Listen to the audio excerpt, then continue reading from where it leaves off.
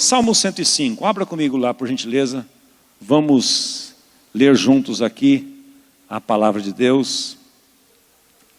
E vamos fazer uma meditação nela, nesta noite, com base neste tema, os processos na concretização de um sonho. Salmo 105, nós vamos ler até o verso 22. Eu vou ler na versão da nova tradução da linguagem de hoje, tá? Se puder acompanhar aí na sua versão, não tem problema nenhum que seja diferente. Agradeçam a Deus o Senhor, anunciem a sua grandeza e contem às nações as coisas que Ele fez. Olha aqui, importante, eu vou dar um destaque nessa ênfase que o salmista está dando aqui. É muito importante, se você olhar os salmos toda hora eles estão enfatizando a questão do testemunho. Os salmistas eles têm essa preocupação. Toda hora chama a atenção da gente para nós testemunharmos dos feitos de Deus. Então é muito importante você enfatizar, falar, anunciar aquilo que Deus está fazendo na sua vida. Todo momento é momento para isso. Na conversa no Uber, na conversa na padaria, na conversa na fila, todo momento você lembrar-se dos feitos de Deus e lançar essas sementes no coração das pessoas, que muitas delas estão desesperadas, sem esperança, sem fé, sem perspectiva, e quando você fala isto traz muitos benefícios para a pessoa e para você também. Então o salmista começa dizendo, olha, agradeçam a Deus o Senhor, anunciem a sua grandeza, e contem às nações as coisas que Ele fez, quer dizer, testemunhe aquilo que Deus tem feito na sua vida, fale, conte para os seus amigos.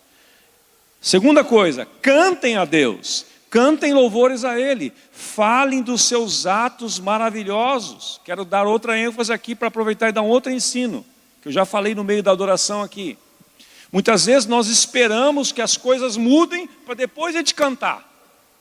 Eu já pensei assim, como é que eu vou cantar triste desse jeito? Como é que eu vou cantar no meio de um problema desse? Como é que eu vou cantar nessas circunstâncias? Quando mudar, quando melhorar, então eu vou louvar. Não, é ao contrário. A atmosfera vai mudar no momento que você se posicionar. Primeiro você começa a declarar, primeiro você começa a cantar, e a atmosfera ao seu lado, dentro do seu coração muda e as circunstâncias mudam. Você se lembra lá de Josafá? Capítulo 2 Crônicas 20, cercado por todos os lados, de todos os inimigos, desesperado, foi buscar a Deus. Deus falou assim, ó, eu tenho uma lógica aqui minha para vocês. Cantem. Não lutem. Cantem. Levantem a voz e cantem. Bota os levitas aí e vão adorar. Não parece um absurdo? Mas no momento que eles fizeram isto, a atmosfera mudou, Deus colocou um emboscado no meio dos inimigos, e hoje Deus fez várias coisas aqui, enquanto nós cantávamos e adorávamos. Eu estou chamando a sua atenção porque que Deus faz, mas quando você tem consciência do que Ele está fazendo, aí você enxerga o negócio. Aí você faz com intencionalidade. Então é o que o salmista está dizendo aqui, ó, cantem a Deus, cante louvor a eles, falem dos seus atos maravilhosos. Tenham orgulho daquilo que o santo Deus tem feito. Se orgulhem daquilo que Deus tem feito. Muitas vezes Deus faz coisas maravilhosas na nossa vida e a gente não fala para ninguém. Guarda só para nós. Ah não, eu sou tímido, eu sou assim, eu não gosto de ficar falando, as pessoas vão ficar me olhando, as pessoas, tá bom, você é tímido, você não vai herdar o reino dos céus então. Apocalipse 21:8 diz que os tímidos não herdarão o reino dos céus. Ah não, se eu falar que for abençoado, todo mundo vai me olhar de forma diferente. Horas, para de bobagem, de maturidade. Fale, declare, proclame, é isso que o salmista está dizendo. Que fique alegre o coração de todos os que adoram a Deus. Porque quando você começa a compartilhar, você vai contagiando outras pessoas. Não é esse o tema que eu vou falar, hein, gente? Só estou aqui, aqui vai, a coisa vem assim, vem pulando, aí não tem jeito. Pulou na minha frente, eu ponho para dentro mesmo. Versículo 4, procurem a ajuda do Senhor, estejam sempre na sua presença, cultive a presença de Deus o tempo todo. Vocês descendentes de Abraão, servo de Deus, vocês descendentes de Jacó, os escolhidos de Deus, lembrem de tudo que o Senhor Deus tem feito, lembrem dos seus grandes e maravilhosos milagres e de como tem condenado os nossos inimigos. Ele é o Senhor nosso Deus, os seus mandamentos são para o mundo inteiro, são para todas as pessoas. Vou dar mais uma pausa aqui. Você vê a pessoa caminhando para o caminho errado. Você vê ela tomando decisões, fazendo escolhas que vão levá-la à morte. E você não fala. Os mandamentos do Senhor são para o mundo inteiro.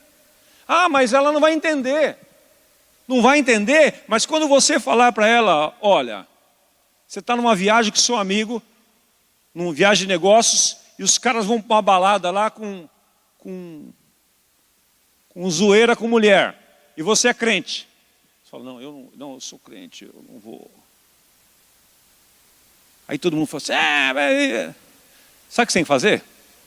Deixa eu dizer uma coisa para vocês. Isso que vocês estão cometendo é adultério diante de Deus. E a Bíblia diz que os adúlteros não herdarão o reino dos céus. Pronto, você proclamou o mandamento.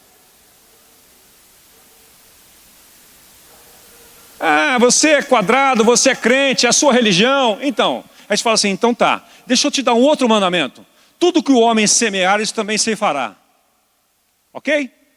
Então aguarde que você está fazendo uma semeadura aqui hoje, de adultério, de traição, você está semeando, é isso que você vai colher da sua esposa, beleza? Eu vou ficar aqui no hotel, vou ler, vou fazer alguma coisa, fiquem à vontade, mas eu tenho obrigação de falar para vocês os princípios da palavra de Deus. Meus irmãos, eu ajo assim a vida inteira. Eu ajo assim a vida inteira.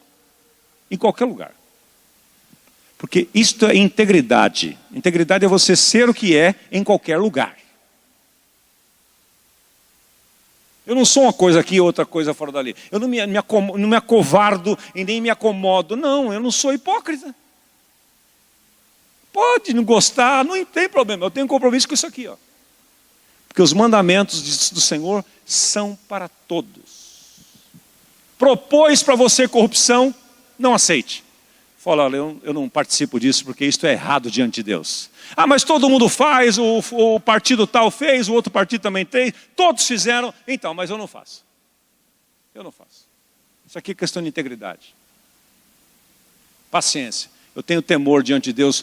Como se posicionou José, que nós vamos chegar aqui, se é que vai dar tempo, mas vai dar, em nome de Jesus. Muito bem, onde que eu estava mesmo? Qual verso? 7. Seus mandamentos. Ele sempre lembrará da sua aliança e por milhares de gerações cumprirá suas promessas. Deus não se esquece da sua aliança. E além de não se esquecer, Ele vai cumprir cada uma delas. E por milhares de gerações cumprirá suas promessas. Verso 9. Ele será fiel à aliança feita com Abraão. A promessa e que o juramento que fez a Isaque. Deus fez uma aliança com Jacó para sempre. Fez com ele uma aliança eterna. Naquela ocasião, estamos chegando na mensagem, gente. Então, naquela ocasião, Deus disse, eu darei a terra de Canaã a ela, a este povo, a esta geração. E ela será de vocês para sempre. Naquela ocasião, eles eram muito pequenos, em número, muito poucos.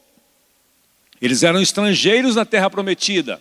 Andavam de país em país, de reino em reino. Mas Deus não deixou que ninguém os maltratasse. E para protegê-los avisou reis. Atenção, reis. Não toqueis dos meus ungidos, não maltrateis os meus profetas. Na NTLH diz, não toquem nos meus servos que eu escolhi, não maltrate os meus profetas. Verso 16. Deus fez com que houvesse uma fome na terra deles. E deixou o seu povo sem alimento. O Salmo 105 está contando a história do que aconteceu lá atrás. Tá? É Davi dizendo do que aconteceu lá nos dias de José, de Jacó e aquela turma toda lá. Deus fez com que houvesse fome sobre a terra, na terra deles, e deixou o seu povo sem alimento. Porém, mandou na frente deles um homem chamado José, que havia sido vendido como escravo. Os seus pés foram presos com correntes, e no seu pescoço puseram uma coleira de ferro. José ficou na prisão até que se cumprisse o que ele tinha dito.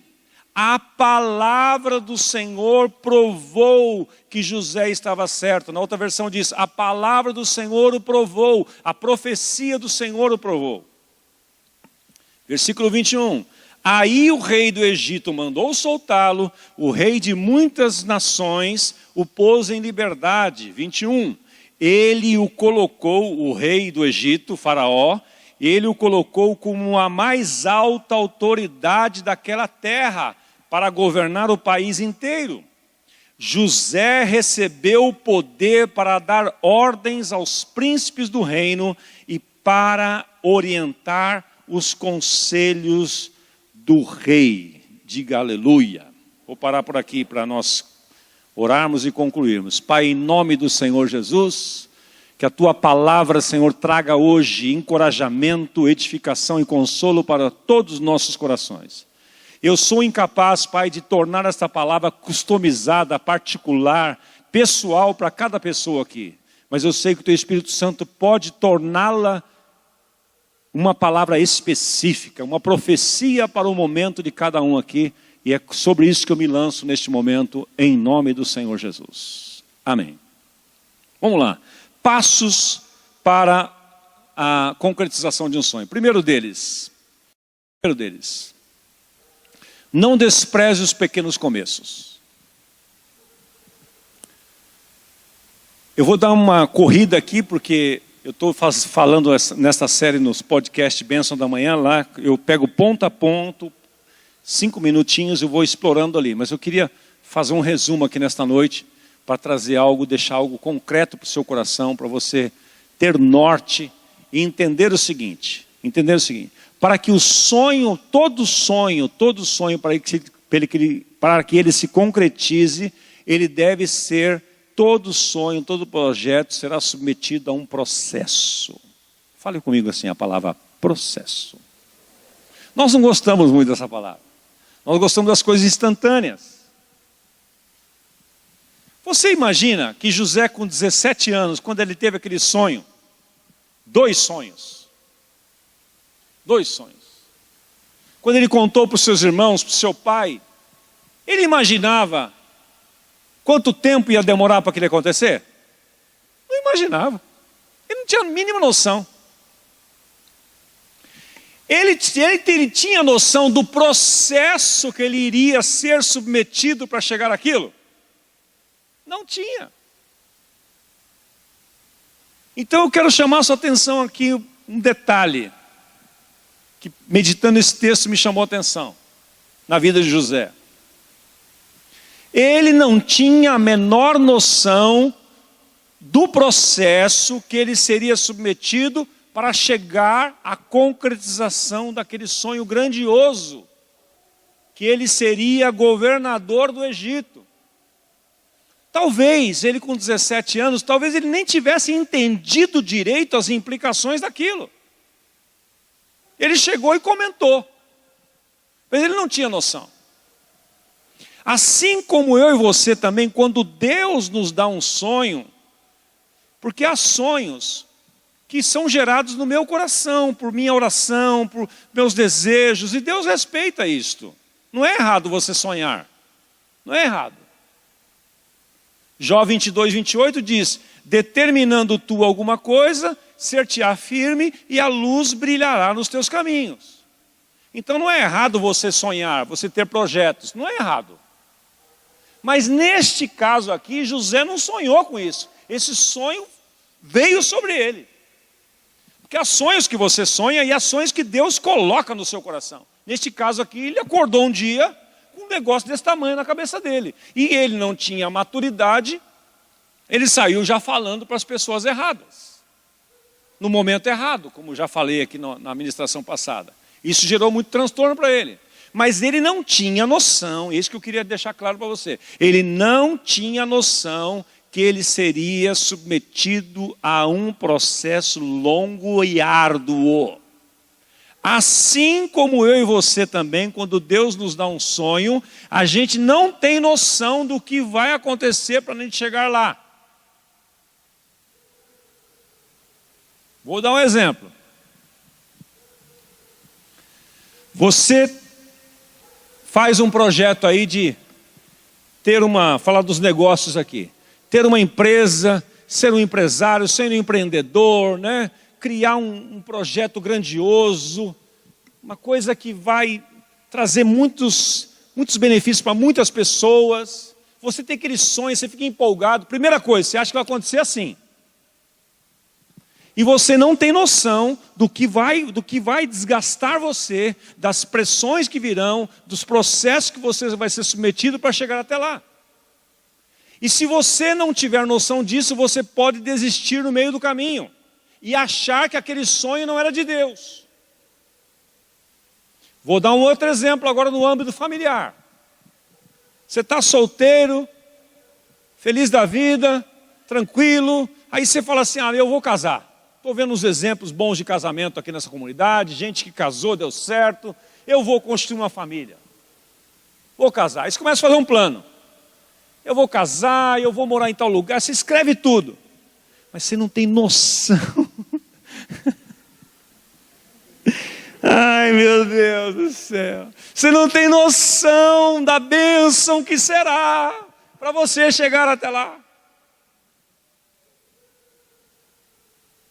Esse ano, agora em setembro, nós faremos 33 anos de casados. Você acha que eu com 26 anos, Antônio, tinha noção do que era um casamento? Tinha nada.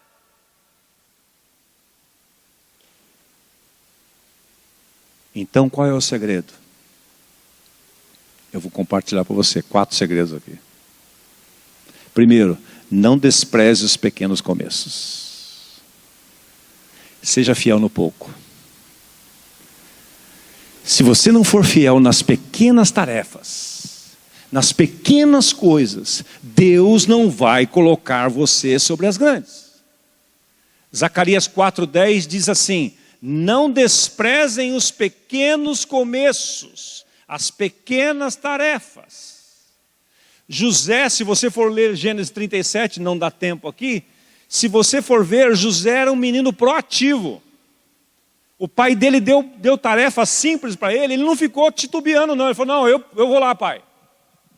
Os irmãos dele tinham ido lá para um determinado lugar, ele falou assim, eu não sei dos meus irmãos, eu estou preocupado com eles, você pode ir até lá? Ele não ficou pensando assim, tem que ser agora? Não tem outro? Ele não ficou fazendo perguntas, ele falou assim, eis-me aqui meu pai, proativo, não negou fogo nas pequenas tarefas. Se você quer ter sonhos realizados, você precisa ser fiel nas pequenas tarefas. Não despreze os pequenos começos. José não fez isso. E quando ele foi até o lugar onde os irmãos dele supostamente estavam, chegou lá e eles não estavam mais. Ele podia falar assim, eu fui lá, não achei, eu vou voltar. Pai, não achei não, o senhor falou que ele estava em tal lugar, não estão não. Não, ele chegou lá, não estava, ele saiu procurando. Proatividade. Muitas vezes nós queremos alcançar grandes postos na vida corporativa, na vida financeira, no casamento, no ministério, mas não somos fiéis nas pequenas coisas. E aí o sonho não vai se realizar em nenhuma área da sua vida. Então não despreze os pequenos começos. Vamos aqui seguindo. Ponto 2. Avance apesar da dor ou sofrimento. Vamos ver aqui o verso, este verso é interessante nós lermos. Vai haver dor no meio do caminho. Cutuca o seu irmão do seu lado, olha, vai doer um pouquinho, mas passa. Fala para ele, vai doer um pouquinho, mas passa. Passa, dói um pouquinho, mas passa.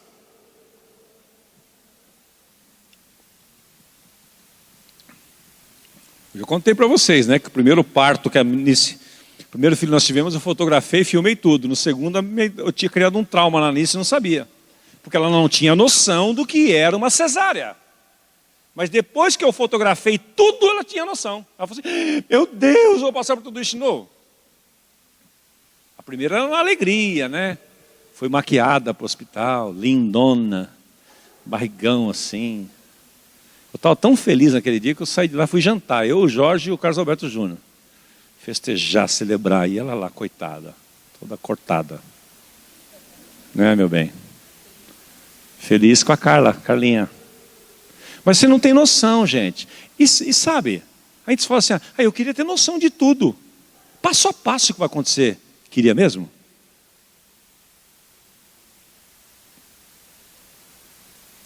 Você quer mesmo? Melhor não. Então você se agarra em Deus e vai. Segura na mão de Deus, segura na mão de Deus, pois ela te sustentará. É assim a vida, irmãos. Não dá para você saber tudo. E Deus nem revela tudo, porque senão você corria. Então vai, a vida cristã, como disse o Osmar Barbosa aqui quarta-feira, quem perdeu, perdeu, né? É uma aventura maravilhosa. É uma aventura, importante você saber com quem você está. Então avance apesar da dor ou do sofrimento. Salmo 105, 17 e 18. Veja aqui, ó. Ele mandou vir fome sobre a terra, destruiu todo o sustento da terra. Porém, enviou um homem à frente, José, adiante deles, que foi vendido como escravo. Machucaram-lhes os pés com correntes e com ferros prenderam o seu pescoço, seus pés foram presos de correntes e no seu pescoço puseram coleira de ferro. Então, apesar de tudo isto, José não desistiu do seu sonho. Recapitulando, 17 anos ele tem um sonho. Sonho maravilhoso, fantástico, grandioso. Os irmãos dele ficam invocados com ele, tem inveja dele. O pai dele não entendeu nada. Levam ele, faz um plano para matá-lo. Aí teve um outro misericordioso e falou, não vamos matar, vamos vender. Ele vale uma grana, ele não é tão ruim assim, vamos fazer uma grana. Aí venderam ele como escravo. Tudo isto estava dentro do processo. Tudo isto estava dentro do processo, da soberania de Deus. Tudo isso. A traição, o cárcere, a perseguição, tudo foi uma preparação para José tornar-se libertador e governador do Egito. Então, por isso que Paulo escreve lá em Romanos 8, 28, ora, Deus faz com que todas as coisas cooperem para o nosso bem, para o bem daqueles que amam a Deus e são chamados segundo o seu propósito. Então estava tudo dentro do processo. Então não desista, avance. Tem um sonho, está difícil, está complicado, avance, não desista. Não desista. José não desistiu. Vendido para um escravo. Foi parar na casa de Potifar. Só complicação, não teve sossego nenhum dia. Chega lá, mas tinha um detalhe. Não dá para entrar nisso aqui. O Senhor era com José. Ele não perdeu o foco do seu sonho e nem do seu Deus. Lá na casa de Potifar, de repente, ele começou a prosperar ali. Porque Deus era com ele. Ele carregava a presença de Deus na vida dele. Onde ele ia, a presença de Deus ia. Então ele foi vendido como escravo, de repente ele começou o treino para ser governador. Potifar falou assim, você vai governar. Potifar olhou para aquele menino e falou, tudo que esse cara põe a mão prospera. E o texto de Gênesis 39 diz assim, e Potifar viu que Deus era com José, porque tudo que ele punha a sua mão prosperava. Ele carregava a presença de Deus. Então, em meio a sofrimento, em meio a dor, em meio a perseguição, ele não perdeu o foco. E aí, de repente, Potifar colocou ele para gerenciar toda a casa dele. Está lá o texto, lá em Gênesis 39. Vamos abrir lá? Tem mais uns 10 minutos ainda, dá para a gente ler. Vai lá, Gênesis 39. Vou pular aqui para Gênesis 39. É bacana essa parte, muito detalhe rico aqui.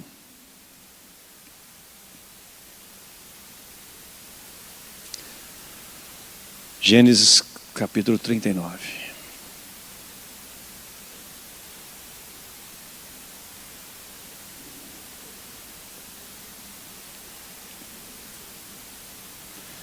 José havia sido levado para o Egito, onde o egípcio Potifar, oficial do faraó e capitão da guarda, comprou dos ismaelitas que o tinham levado para lá.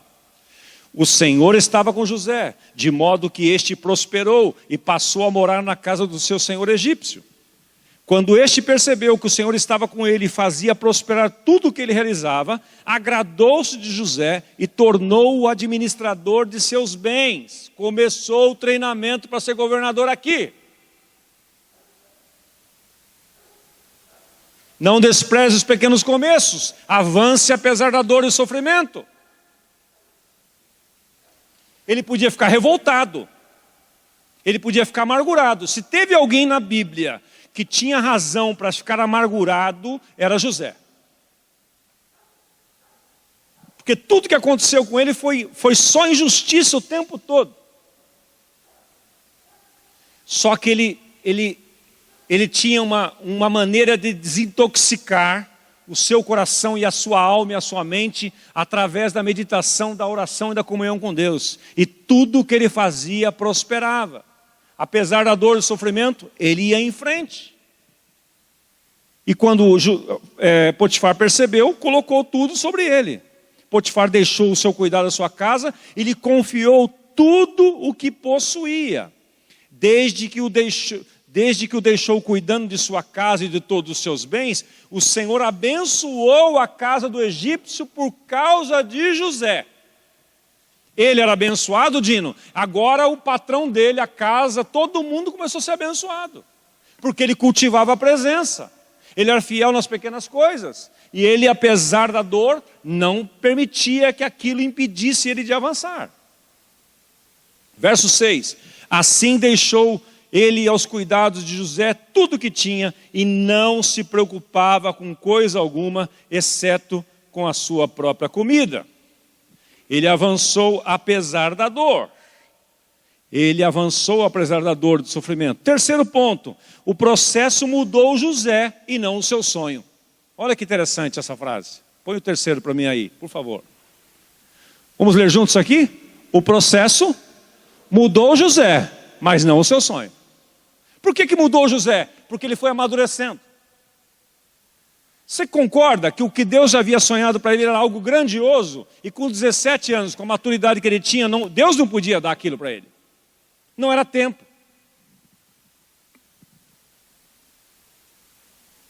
Porque Eclesiastes 3,14 diz que tudo quanto Deus faz, Ele faz formoso, belo, precioso, perfeito no seu devido tempo.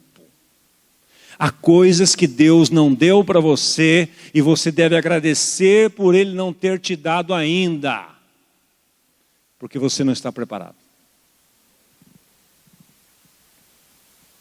Então, o processo mudou José. Foi mudando José, foi moldando José. Veja lá o Salmo 105, 18 e 19. Salmo 105, 18 e 19. Cujos pés lhe apertaram com grilhões, e a quem puseram em ferros até cumprir-se a profecia a respeito dele, e tê-lo provado a palavra do Senhor. Então aquele processo foi importante, porque Deus foi preparando José, ele foi talhando, né? Ele foi purificando José, todo aquele processo. O processo não alterou os seus sonhos, mas mudou a vida dele. Mudou no sentido de prepará-lo para aquele momento maravilhoso que ele ia passar. Deus não usa os processos para destruir nossos sonhos, não. Ele usa o processo para nos transformar e nos preparar para o futuro. Deus tem sonhos para você, Ele está te preparando. E às vezes é com contrariedade, às vezes é com nãos, às vezes é com tribulação, às vezes é com lutas, mas você não pode desistir. Senão, você vai jogar tudo por água abaixo. O processo não torna os sonhos fáceis, mas nos torna fortes. Essa é a ideia, né? Não é facilitar para você, mas é fortalecer você, para você chegar até lá. Sem processo, um pedaço de carvão não poderia se tornar um diamante nunca. Sem processo, um menino nunca poderia se tornar um homem. Um soldado nunca poderia tornar-se um general. Tudo tem um processo, e Deus está cuidando disso. Não resista aos processos, não fuja deles. Abraça os processos que Deus colocou sobre você, submeta a eles, seja paciente diante deles. Se submeta ao processo, apesar da dor. Não desista. O processo mudou José e não mudou o sonho dele. Último e importantíssimo, eu quero gastar um tempinho aqui. Quarto projeto, quarto item, quarta receita, né? Quarto ingrediente. Proteja os seus sonhos. Se há alguém que tem que proteger os seus sonhos, é você. Fuja das tentações. Gênesis capítulo 39, versículo 11 e 12, na sequência do que estávamos lendo lá, por favor. Estava tudo indo bem, né? José abençoado, beleza, o senhor dele amando, elogiando ele para todo lado, colocando tudo nas mãos dele para cuidar.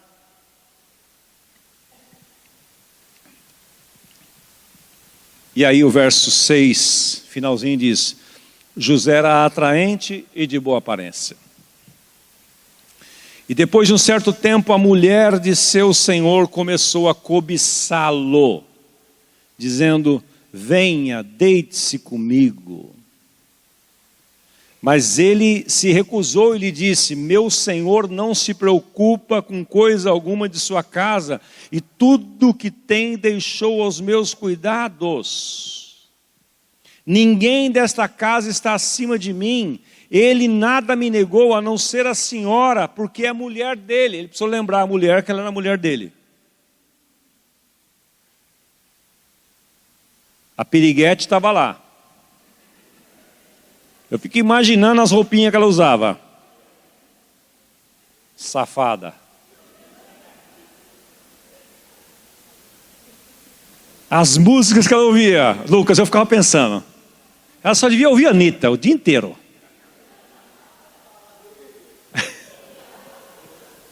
Né, Lismar? Só rebolando o dia inteiro.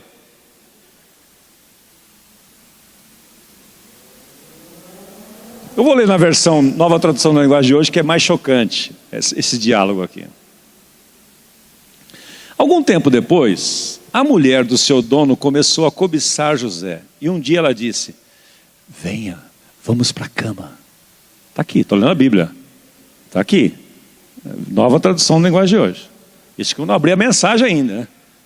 Venha para a cama. E ele recusou, dizendo, escute, o meu dono não precisa se preocupar com nada nessa casa, pois eu estou aqui. Ele me pôs como responsável por tudo que ele tem.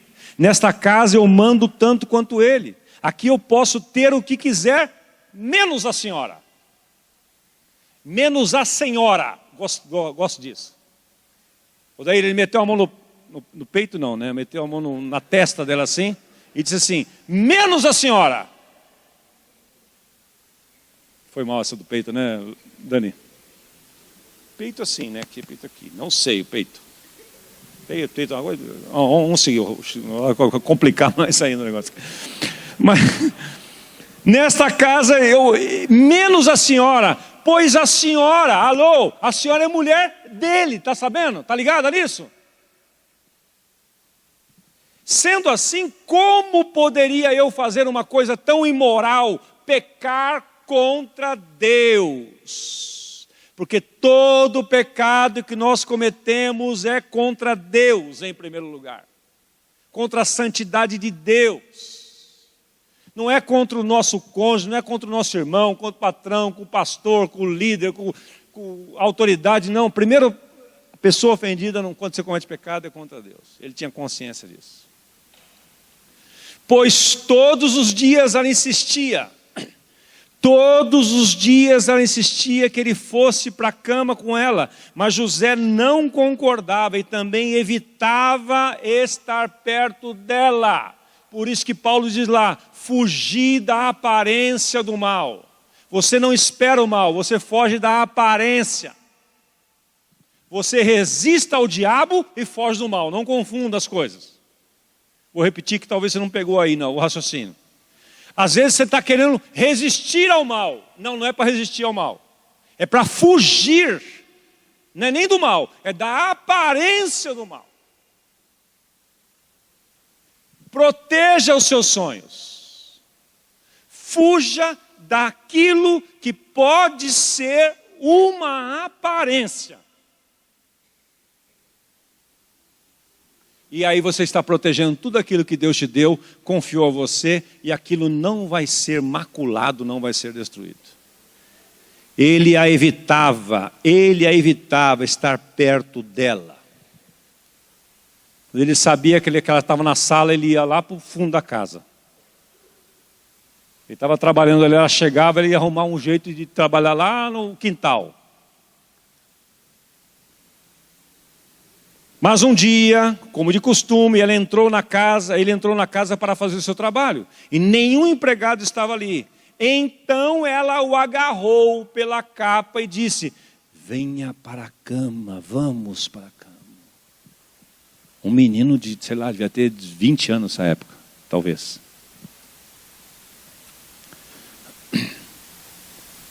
Não tem idade, tem caráter. Tem meninos que têm caráter e agem assim. Tem coroas safados que não agem assim. Então não é questão de idade, é questão de caráter e temor de Deus. Ele tinha. E isso protegeu os seus sonhos. Ela entrou no quarto e quis, versículo 13. Quando notou que, ao fugir, que ele havia deixado a capa nas suas mãos, a mulher chamou os empregados da casa e mais uma injustiça e disse, vejam só, este hebreu que o marido trouxe para casa está nos insultando, ele entrou no meu quarto, quis ter relações comigo, eu gritei mais alto que eu pude, mentirosa, safada mesmo, né? Logo que comecei a gritar bem alto, ele fugiu, deixando a sua capa no meu quarto. Ela guardou a capa até que o dono de José, o marido dela, voltasse. Aí ela contou a mesma história. Assim, esse escravo hebreu que você trouxe para a nossa casa, botou a culpa no marido ainda. Trouxe para a nossa casa. Ele entrou no meu quarto e quis abusar de mim, mas eu gritei bem alto. E ele correu para fora, deixando a sua capa no meu quarto. Veja só do jeito que seu escravo me tratou. Quando ouviu essa história, o dono de José ficou com muita raiva. Ele agarrou José e o pôs na cadeia onde ficavam os presos do rei. E ali José ficou. Mas o Senhor estava com José e lá na cadeia ele o abençoou, de modo que conquistou a simpatia do carcereiro. Este pôs José como encarregado de todos os outros presos, e era ele quem mandava em tudo o que se fazia na cadeia. O carcereiro não se preocupava com nada do que estava entregue a José, pois o Senhor estava com ele e abençoava tudo o que ele fazia. Oh, Jesus maravilhoso! Então ele carregava a presença de Deus para onde ele ia, e isto fez com que ele protegesse os seus sonhos. Porque ele evitou as tentações, ele fugiu da aparência do mal, ele não negou fogo na questão da sua consciência para com Deus. E muitas vezes eu e você, quando Deus tem um sonho para nós, o diabo vai armar 1000 ciladas para você entrar no jogo dele, entrar no engano dele e ser destruído e destruir os sonhos que Deus prometeu para você. Portanto, proteja os seus sonhos, fuja das tentações. Mesmo apesar da dor, continue avançando. Não despreze os pequenos começos, porque Deus é fiel para cumprir. Avance, avance e deixe o processo mudar você e preparar você para aquilo que Deus tem diante da sua vida e do seu futuro. Vamos ficar em pé?